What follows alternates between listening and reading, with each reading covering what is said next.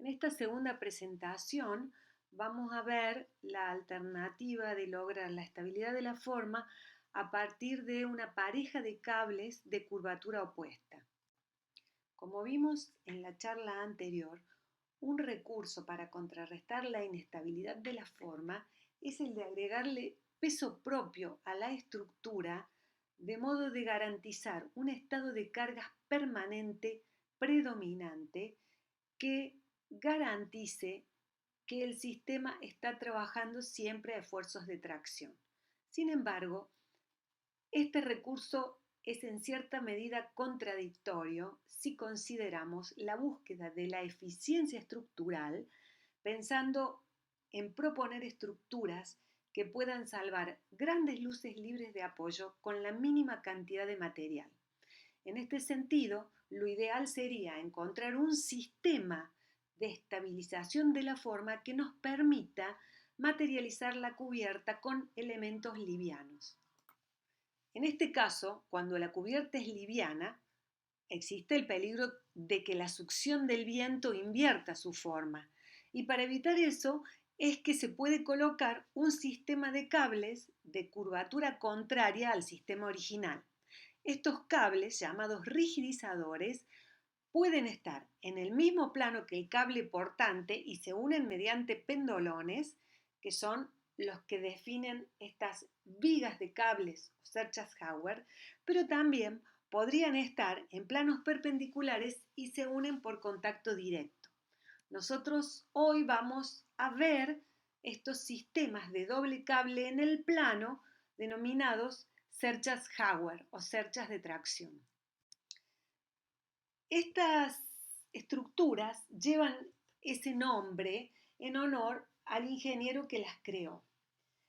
Tienen como finalidad cubrir grandes luces y se diferencian de las cerchas reticuladas comunes porque ambos cordones están materializados por cables ya que están trabajando a tracción. Como vemos en estos dos dibujos, estas cerchas están conformadas por una pareja de cables de curvatura opuesta vinculados entre sí a través de otros cables o elementos lineares secundarios que se denominan pendolones.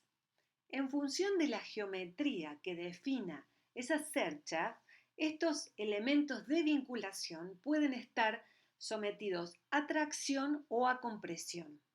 Estas estructuras también requieren del diseño de apoyos especiales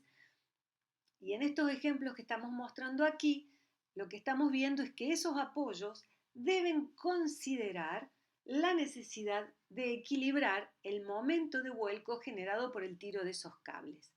Los apoyos más comunes utilizados son aquellos conformados por puntales a compresión y tensores o vientos que son los encargados de estabilizar el sistema.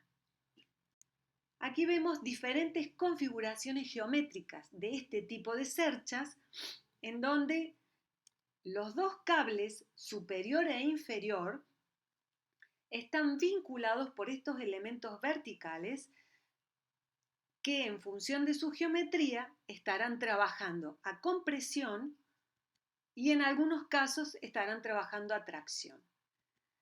Las cerchas más características son aquellas que tienen el cable portante, es decir, el de curvatura cóncava que se tracciona frente a las cargas gravitatorias, ese cable por encima, y el cable estabilizante, es decir, aquel que se tracciona frente a la succión del viento por debajo, vinculados a través de elementos verticales, que son los pendolones, que en este caso están trabajando a tracción porque impiden que la pareja de cables se separe. Muchas veces, en relación a la construcción de este tipo de cerchas, es bastante difícil lograr la verticalidad de los pendolones. Y entonces se puede recurrir a un sistema de pendolones diagonales que mediante el agregado de unas piezas tipo grapas o uniones van enlazando un cable que va vinculando en forma diagonal ambos cordones. Como vemos, para cualquiera de estos diseños geométricos, las reacciones siempre son tangentes a la dirección del cable en el arranque, es decir, que tienen una componente vertical que equilibrará las cargas aplicadas y una componente horizontal que es la que tiende a cerrar los apoyos, que se llama tiro del cable. Se pueden configurar diferentes estructuras de cubierta a partir de la repetición por traslación de estos planos estructurales conformados por las cerchas y sus apoyos. Aquí vemos diferentes resoluciones en donde los cables portante y estabilizante están puestos en diferentes posiciones en relación uno con otro y en función de eso tendrán diferentes características los pendolones que los vinculan.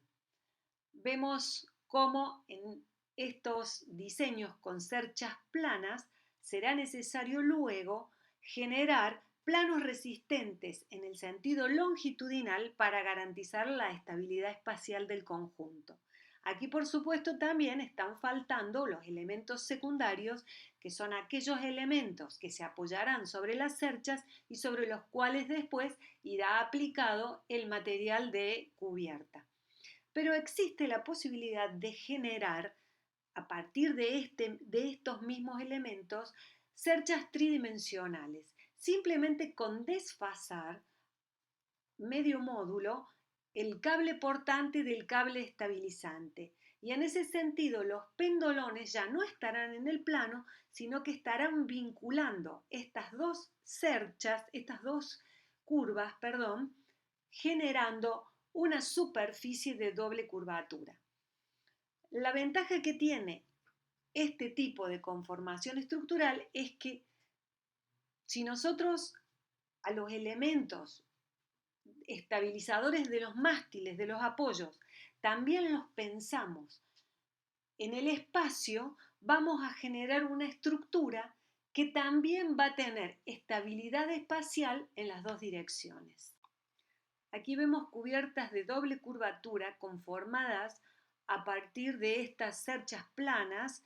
por ejemplo, por rotación de cerchas concéntricas que convergen en un anillo central de tracción y que están ancladas en un anillo perimetral de compresión, generando una superficie de doble curvatura positiva y también una superficie de doble curvatura también positiva conformada por un entrecruzamiento de estas cerchas Howard, de manera de que los elementos verticales o pendolones se compartan entre las dos familias de cercha en direcciones perpendiculares. Y también superficies de doble curvatura generadas por mallas de cables en donde estos cables de curvaturas opuestas tienen un contacto directo y se vinculan o anclan en puntos altos y puntos bajos para garantizar que toda esa estructura esté trabajando siempre a fuerzas de tracción.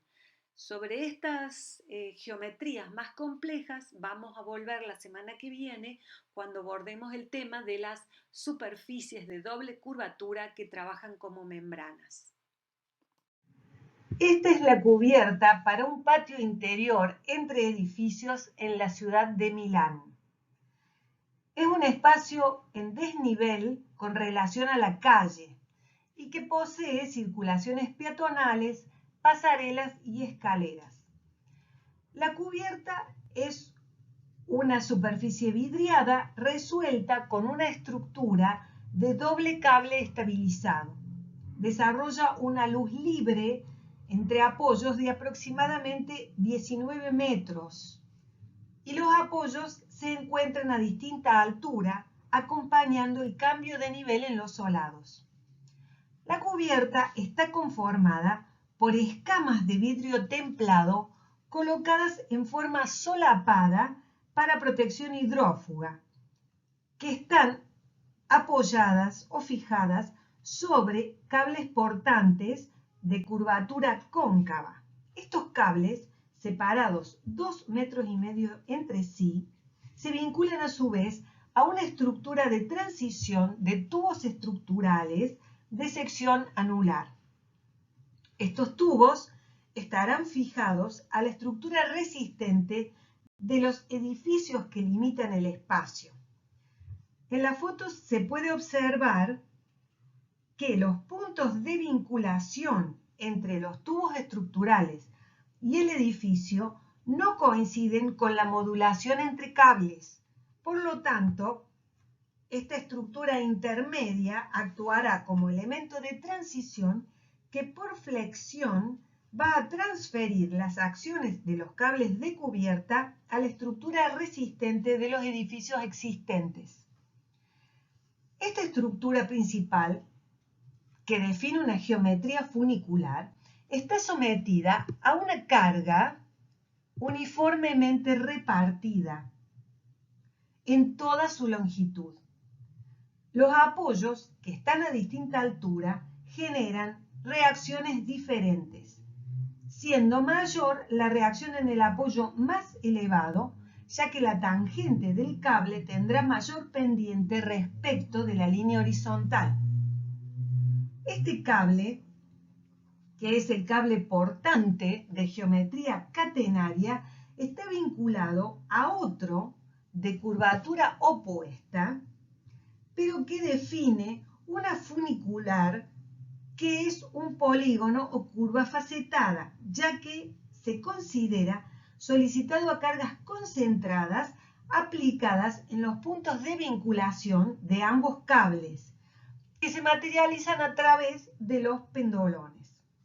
Entonces, el cable estabilizante tiene una geometría poligonal, porque estará impactado por cargas concentradas aplicadas a través de los pendolones que lo vinculan con el cable portante que está recibiendo la cubierta de vidrio. En las imágenes se muestran también detalles de la cubierta y de la resolución de desagües pluviales que está materializado con una canaleta central metálica ubicada en el punto más bajo de la cubierta que desemboca en un embudo y una columna de desagüe también metálica.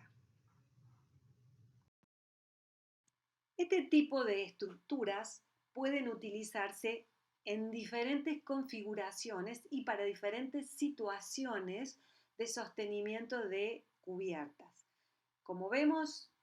aquí, estas cerchas planas también pueden estar definiendo puntos altos para armar estas membranas de doble curvatura que son las tensoestructuras, como en el caso que vemos aquí, que hay una única cercha Hauer que termina armando un gran arco con la curva convexa, un gran arco de tracción que genera los puntos altos para armar esta superficie de doble curvatura con una tela. También son estructuras que pueden generar mecanismos para estabilizaciones laterales, como en el caso del puente que vemos, en donde aparece una cercha Hauer que está trabajando para las cargas gravitatorias. Está planteada en el plano vertical. Y hay una cercha Hauer en el plano horizontal, conformada con esta pareja de cables de curvaturas opuestas y en la línea central el tablero del puente para estabilizar esa estructura tan esbelta frente a las acciones del viento. También, como habíamos visto, pueden definirse cerchas espaciales en donde tanto el cable portante como el cable estabilizante están desfasados en su módulo y están vinculados a partir de pendolones que están en el espacio o inclusive pueden estar vinculados a partir de membranas de doble curvatura, generando estas superficies que también trabajan a tracción, como vemos en estos ejemplos. También pueden utilizarse como estructura a flexión para conformar las estructuras de las envolventes laterales. Habíamos visto que en estas estructuras de grandes luces era muy importante el diseño de la estructura de las envolventes laterales. Y la alternativa de utilizar estas cerchas de tensores permite generar estructuras con la capacidad resistente necesaria en función de las dimensiones y de las magnitudes de la presión del viento sobre esas fachadas, pero que sean muy transparentes y etéreas. Aquí vemos algunos ejemplos en donde aparece la cercha y a partir de elementos a compresión está la fachada tomada y la cercha queda en el exterior del edificio. Y también vemos otros en donde la cercha está puesta como una costilla vertical y el plano del envolvente está ubicada justo en el punto central, de modo de que los puntales a compresión están la mitad en el interior del edificio y la mitad del lado exterior. Sí es importante considerar que este tipo de estructuras son estructuras muy deformables y por lo tanto, si se diseñan envolventes con estas características, es necesario considerar tolerancias para estas deformaciones y además considerar que los elementos de vinculación y los elementos con los que se va a sellar estos planos de vidrio deben tener la suficiente capacidad de absorber esos movimientos para que no estallen los vidrios o no se rompa el material de las envolventes. Aquí vemos una estructura que se construyó para la Expo Milán de 2015, que es una gran cubierta que vincula todo el espacio central de circulación que iba atando todos los pabellones de exposiciones. Esta cubierta tiene un desarrollo longitudinal y está conformada por una sucesión de cerchas Hauer en el plano que tienen diferentes configuraciones en cuanto a la posición de los apoyos y en cuanto a la posición de la cubierta respecto de la pareja de cables, como vamos a ver enseguida.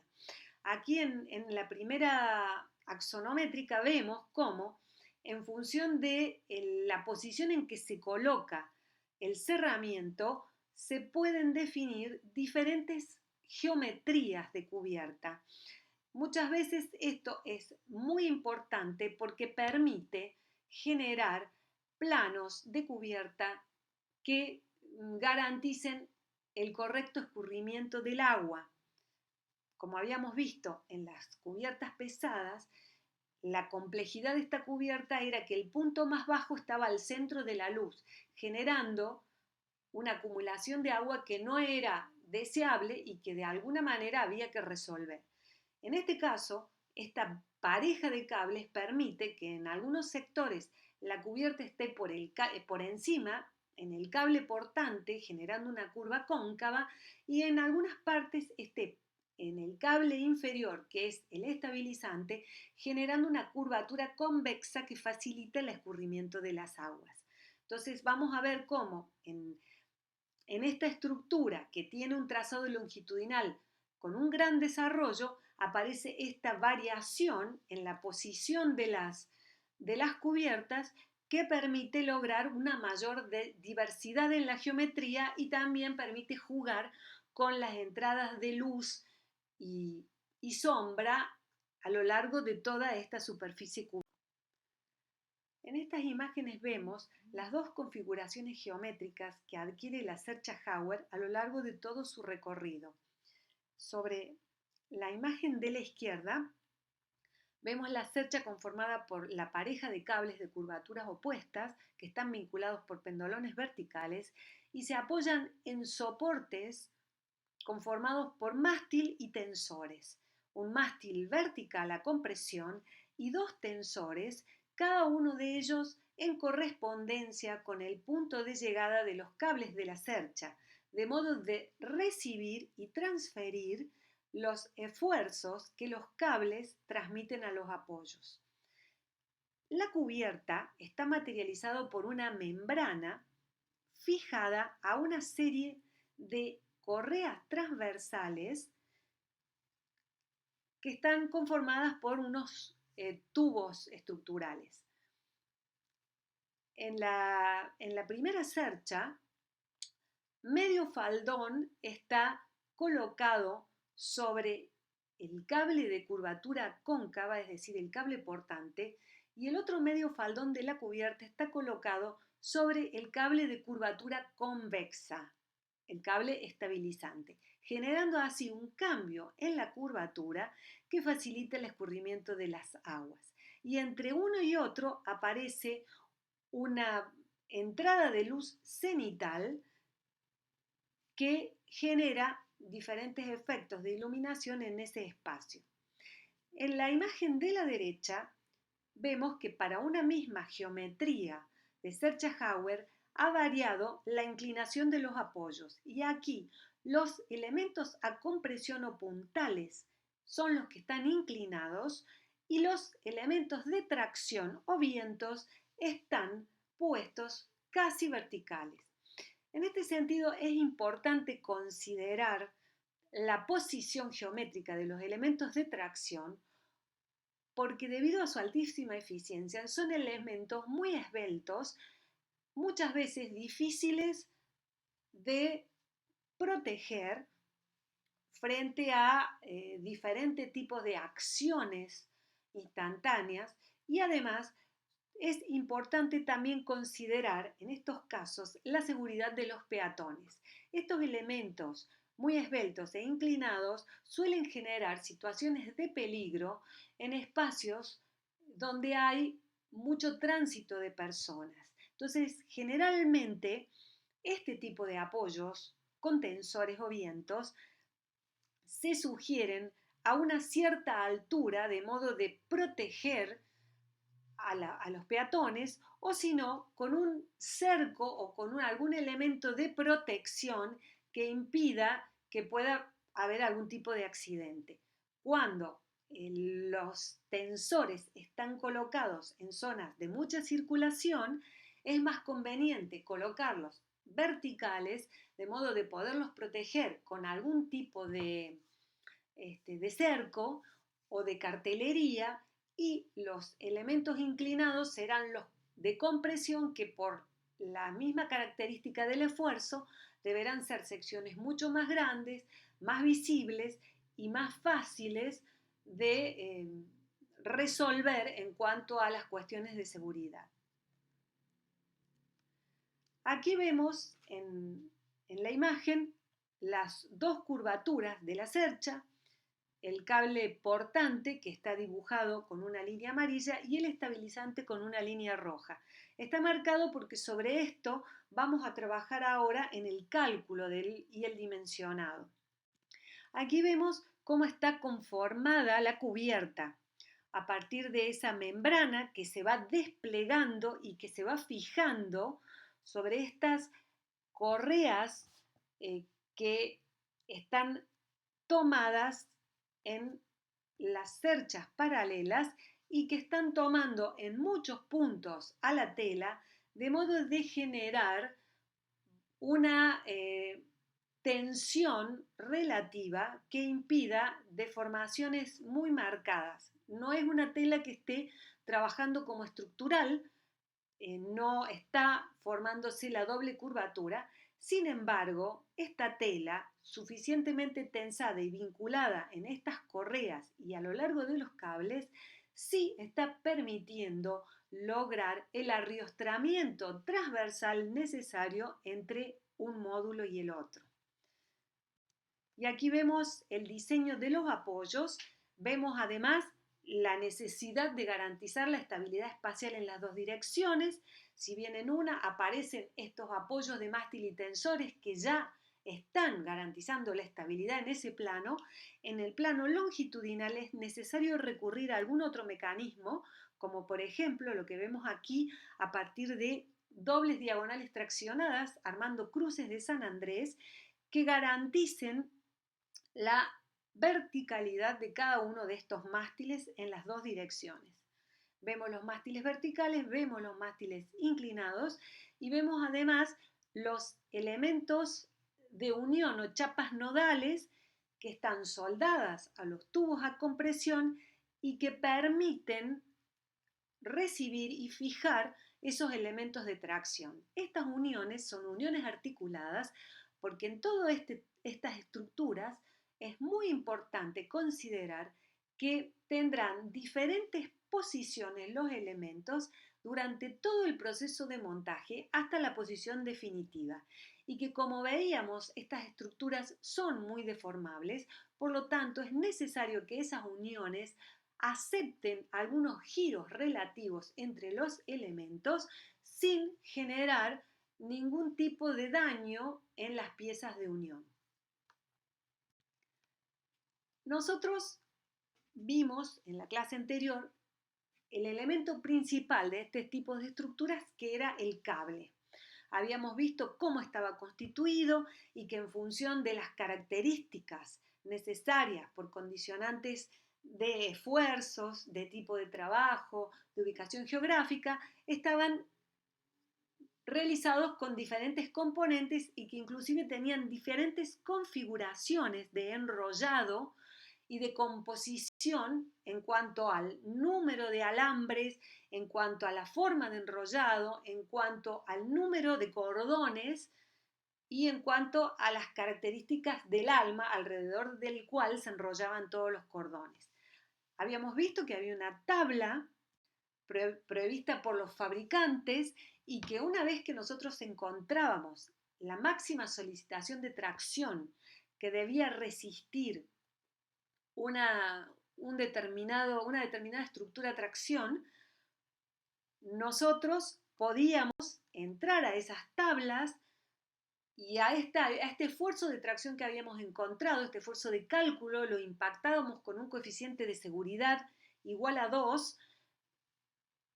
para obtener el valor de la carga de rotura. Era importante que el cable que nosotros utilizáramos trabajara a un esfuerzo mayor que el que nosotros habíamos obtenido como carga de rotura. Entonces, determinando la tensión de rotura del cable, la composición o tipo de cable, nosotros, conociendo la carga de rotura, podíamos determinar cuál era el diámetro del cable o de los cables que necesitábamos para esa situación particular.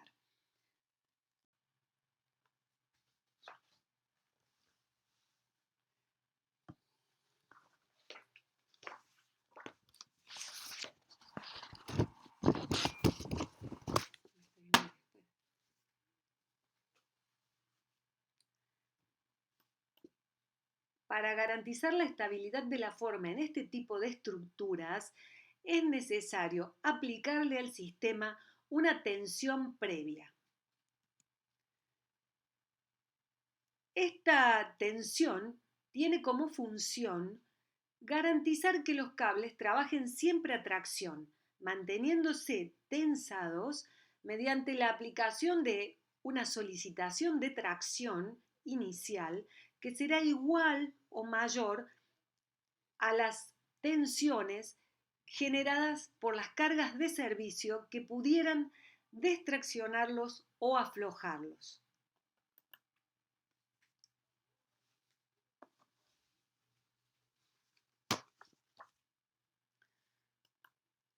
Esta estructura entonces comienza con un estado inicial de pretensado o estado cero, de modo tal que ambos cables estén sometidos a solicitaciones de tracción que siempre serán mayores que cualquiera de las otras solicitaciones que deberá resistir y que pudieran llegar a aflojar algunos de los cables del sistema.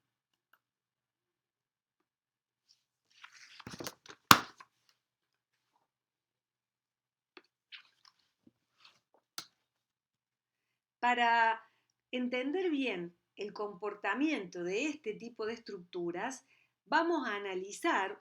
un ejemplo considerando diferentes estados de cargas. Por un lado, las cargas gravitatorias, las permanentes que incluyen el peso de cubierta y de la estructura. Por el otro lado, el estado B o de acción del viento, considerada como una succión sobre la cubierta,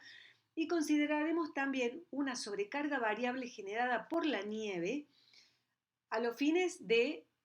establecer cuál es la combinación más desfavorable.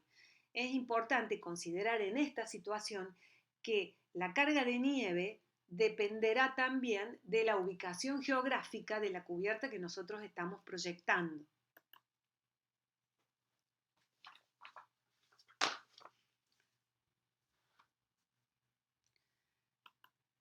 Este ejemplo que vamos a analizar consiste en una estructura formada por una pareja de cables que conforman una cercha Howard con una geometría muy similar a la que acabamos de ver en el pabellón de Milán.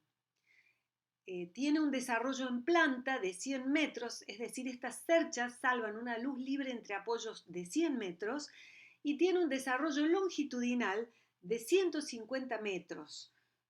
Esta cubierta está generada a partir de la repetición de estos planos conformados por la cercha con una separación de 5 metros.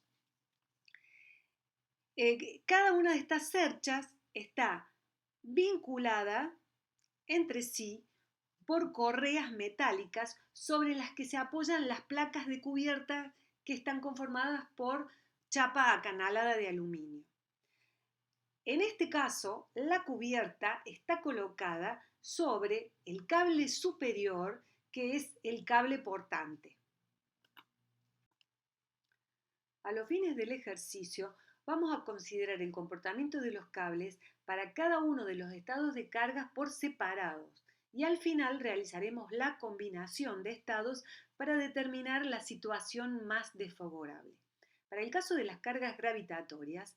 a la carga por unidad de superficie la multiplicamos por la separación entre cerchas para obtener la carga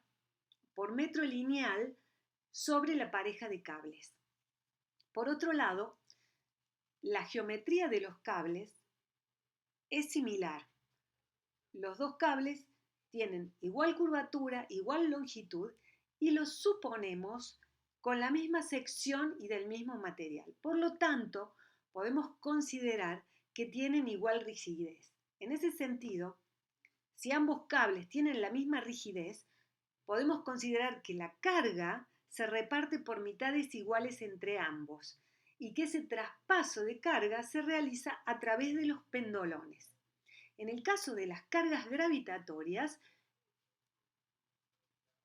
considerándolas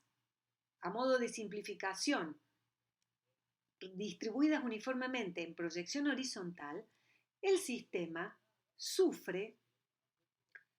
alargamientos, es decir, tracciones en el cable superior y acortamientos o aflojamientos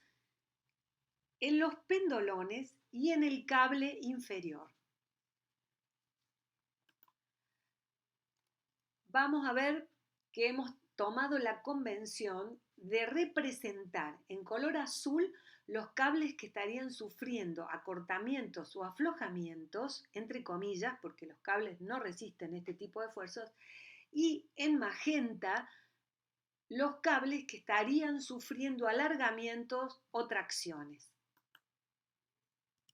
Consideramos entonces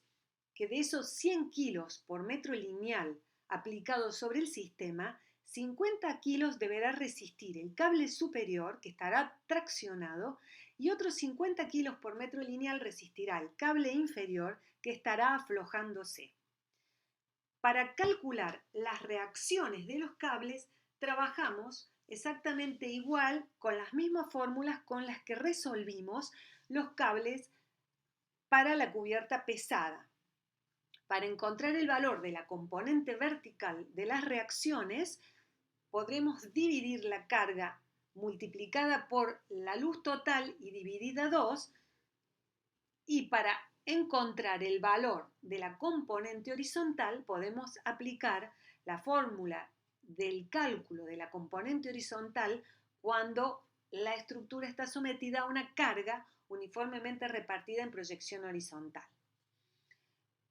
Conociendo el valor de la componente vertical y la componente horizontal, podemos encontrar el valor de la resultante de la reacción, que será el máximo esfuerzo de tracción en el cable superior y el máximo esfuerzo que genera acortamiento en el cable inferior. En este sistema, los pendolones, que son los que están transfiriendo la mitad de la carga de un cable al otro, están aflojándose también. Para el estado N, que es de la acción de la nieve, también es un estado vinculado a la acción de la gravedad, por lo tanto, también se verifica que se tracciona el cable superior y se afloja o destracciona el cable inferior. Con el mismo método de cálculo que utilizamos recién para las cargas gravitatorias, podemos calcular las componentes vertical y horizontal de las reacciones de equilibrio en los apoyos y encontrar el valor de la reacción resultante, que corresponde al máximo esfuerzo de tracción en el cable superior y el máximo esfuerzo que generaría un acortamiento en el cable inferior. Y en este caso también los pendolones se están aflojando. Si consideramos el estado de cargas generadas por la succión del viento sobre la cubierta, y se acuerdan que la cubierta estaba aplicada en el cable superior, que era el cable portante, este sistema, así impactado por la succión del viento, tiende a levantarse y por lo tanto está generando tracciones en el cable inferior y está aflojando el cable superior. La mitad de la carga se transfiere a través de los pendolones, que en este caso se están traccionando. Para calcular las reacciones utilizamos de nuevo las mismas fórmulas. La carga multiplicada por la luz dividida 2 nos va a dar el valor de la componente vertical de la reacción, porque es un sistema simétrico y con una carga uniformemente repartida. Y con Q por L cuadrado sobre 8F podemos encontrar el valor de la componente horizontal de las reacciones. Recuerden que consideramos la mitad de la carga aplicada sobre el cable superior y la mitad aplicada sobre el cable inferior. En este caso, entonces, se está traccionando el cable inferior y se está comprimiendo el superior. Por Pitágoras podemos encontrar el valor de la resultante de la reacción, que corresponde al máximo esfuerzo de tracción que estará solicitando al cable inferior o estabilizante y el máximo esfuerzo que tiende a aflojar o destraccionar al cable superior o portante. En este caso dijimos que los pendolones que están trabajando en la transferencia de la mitad de la carga están solicitados a tracción. Para poder definir cuál es el esfuerzo de tracción inicial o en estado cero que le debemos imprimir al sistema para estar seguros de que ninguno de los cables se va a aflojar, tenemos que considerar cuál es la combinación de estados más desfavorable. En este sentido, analizamos las tres situaciones y si nosotros consideramos combinado las cargas gravitatorias con la nieve, vemos que se produce la situación más desfavorable en el cordón inferior o en el cable inferior, que estaría solicitado a un esfuerzo que generaría una distracción o el aflojamiento del cable. Como nosotros necesitamos imprimirle al sistema un esfuerzo de tracción que sea mayor o igual a ese esfuerzo que aflojaría los cables, lo que tenemos que hacer es la suma vectorial de las resultantes que recién calculamos, que son los máximos esfuerzos en los cables, y a ese sistema lo vamos a impactar por un coeficiente de seguridad a la estabilidad que se aplica solamente en las cargas variables, que nos garantiza que el sistema estará sometido a una tracción inicial que siempre será mayor a cualquier solicitación en el cable que pueda aflojar el sistema. En este caso, hacemos la suma vectorial y nos encontramos con que hay un esfuerzo de 44.000 kilos, es decir, 44 toneladas, que estarían tendiendo a aflojar al cable inferior. Si nosotros analizamos el estado combinado de cargas gravitatorias y viento, vemos que aquí el cordón inferior se afloja para las cargas gravitatorias, pero se tracciona para la acción del viento. Y al revés ocurre con el cordón superior, que está traccionado frente a las cargas gravitatorias y se está aflojando frente a la succión del viento. Si nosotros realizamos la suma vectorial de estas solicitaciones, impactando a las sobrecargas variables, que en este caso es el viento, por este coeficiente de seguridad, la estabilidad, encontraremos cuál es el máximo esfuerzo que tiende a aflojar a uno de los cables del sistema, que en este caso es de 32.400 kilos, 32 toneladas, y que estaría actuando sobre el cordón superior en el caso de un estado combinado entre viento y cargas gravitatorias. Si nosotros analizamos los dos estados, vemos que el más desfavorable es aquel que generaba una distracción en el cable inferior cuando se sumaba o se consideraba combinadas las cargas gravitatorias y la sobrecarga de nieve. De la comparación de ambos estados podemos concluir que la situación más desfavorable para el sistema es aquella con la combinación de cargas gravitatorias más sobrecarga de nieve. En esta, el cable inferior se afloja, es decir, tiene una pérdida de tracción. Y es ese el valor que nosotros debemos imprimirle al sistema para garantizar que todos los cables trabajen en tracción frente a cualquier variación en el estado de cargas. El estado de pretensado considera que ninguno de los cables deberá aflojarse hasta llegar a una carga que sea igual a 1,5 veces la carga de servicio a la que estará solicitada la estructura. Y este 1,5 es el coeficiente de seguridad a la estabilidad. Como vimos, este es el máximo esfuerzo de distracción o aflojamiento, por lo tanto, en el estado cero, con esta pretensión inicial, estamos cubriendo las distracciones o las modificaciones en las tensiones de los cables para todos los estados que hemos considerado. Para el dimensionado de los cables, tenemos que considerar las diferentes combinaciones de cargas que pueden darse a lo largo de la vida útil de la estructura. A los estados de cargas gravitatorias y sobrecargas variables como nieve o viento, debemos agregar el estado cero o de tensión previa para calcular el máximo esfuerzo de tracción que deberán resistir los cables. Para el cálculo de la carga de rotura del cable, se deberá realizar la suma vectorial de los esfuerzos generados en las diferentes combinaciones de estados de cargas, seleccionando la situación más desfavorable para dimensionar. En este caso, la situación más desfavorable será para la combinación de estado cero más cargas gravitatorias más sobrecarga de nieve, que están generando el máximo esfuerzo de tracción en el cable superior. Para obtener el valor de la carga de rotura, se impacta a la solicitación de tracción con un coeficiente de seguridad a la rotura. Y yendo a la tabla de cables, podemos encontrar un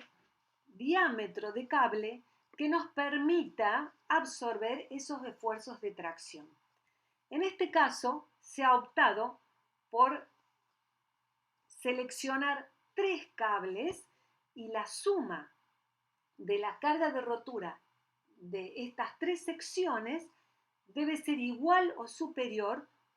a la carga de rotura de cálculo. En este caso son 3 cables flexibles que tienen 6 cordones conformados por 19 alambres y un alma textil. El diámetro es de 29 milímetros, el diámetro de cada cable resiste una carga de rotura de 51.700 kilos, es decir, 51 toneladas, y la carga de rotura del conjunto, es decir, de los 3 cables que van a conformar ese manojo de cables de la estructura, da un valor que es superior al de la carga de rotura de cálculo. Para el cálculo de los pendolones vamos a proceder de forma similar considerando la combinación de estados que genere la situación más desfavorable, es decir, que dé como resultado el máximo esfuerzo de tracción sobre los pendolones. Nosotros habíamos visto que si considerábamos cables de la misma rigidez, la mitad de la carga la tomaba el cable portante y la otra mitad del estabilizante. Y esa mitad de la carga se transfería de un cable a otro del sistema a través de los pendolones. En el caso de las cargas gravitatorias, esta carga generaba aflojamientos en los cables de los pendolones. Y en el caso de la succión del viento sobre la cubierta que estaba ubicada en el cable superior, los pendolones estaban solicitados a esfuerzos de tracción. Ahora, en este estado de pretensado, los pendolones también están solicitados a tracción, porque son los que están vinculando la pareja de cables de curvaturas opuestas y para impedir que estos cables se separen, están sometidos a tracciones. ¿Cómo calculamos cuál es la tensión de tracción equivalente en esos cables? Lo podemos hacer a través de una regla de 3 simple. Si nosotros sabemos para un estado de cargas de 50 kg por metro, que equivale a una solicitación de tracción en el cable de 9.000 kilos, haciendo una regla de 3 podemos calcular cuál es la carga equivalente que deberán resistir los pendolones para generar una reacción igual a los 44.000 kilos, que es la tracción que están resistiendo los cables en el estado de tensión previa o estado cero. En función de esa regla de 3 obtenemos el valor de la carga por pendolón, es una carga por metro, y será necesario en la geometría determinar cuál es la separación entre pendolones para calcular cuál es el esfuerzo de tracción sobre cada uno de los cables. Entonces, a esa carga a esos esfuerzos que nosotros sumamos vectorialmente, los multiplicamos por la separación entre pendolones para obtener el máximo esfuerzo de tracción en cada pendolón. Y para encontrar la carga de rotura, la impactamos por el coeficiente de seguridad y teniendo ese valor podemos ir nuevamente a la tabla para encontrar cuál es la sección adecuada de los cables para trabajar dentro de los límites de la seguridad resistiendo las cargas de cálculo. Y como conclusión vamos a destacar algunos conceptos importantes a lo largo de la charla. Hemos visto estos sistemas de doble cable pretensado que se denominan Serge-Hauer, que consiste en una viga que tiene sus 2 cordones conformados por cables trabajando a tracción. Es una estructura plana. Está conformada por el par de cables que tienen curvaturas opuestas. Está el portante, que es cóncavo y se tracciona para resistir cargas gravitatorias. Está el estabilizador, que es de curvatura convexa y se tracciona para resistir el empuje ascendente del viento o la succión del viento. Estos dos cables están vinculados a través de pendolones que podrán trabajar a tracción o a compresión en función de la disposición de los cables en el plano. Al sistema se le debe aplicar una tensión previa o tensión inicial que garantice que se produzcan tensiones de tracción en los cables para cualquier estado y sentido de cargas que deban resistir en el plano. Los estados a considerar para el cálculo y dimensionado de estas estructuras son, además de los estados devenidos de las cargas permanentes,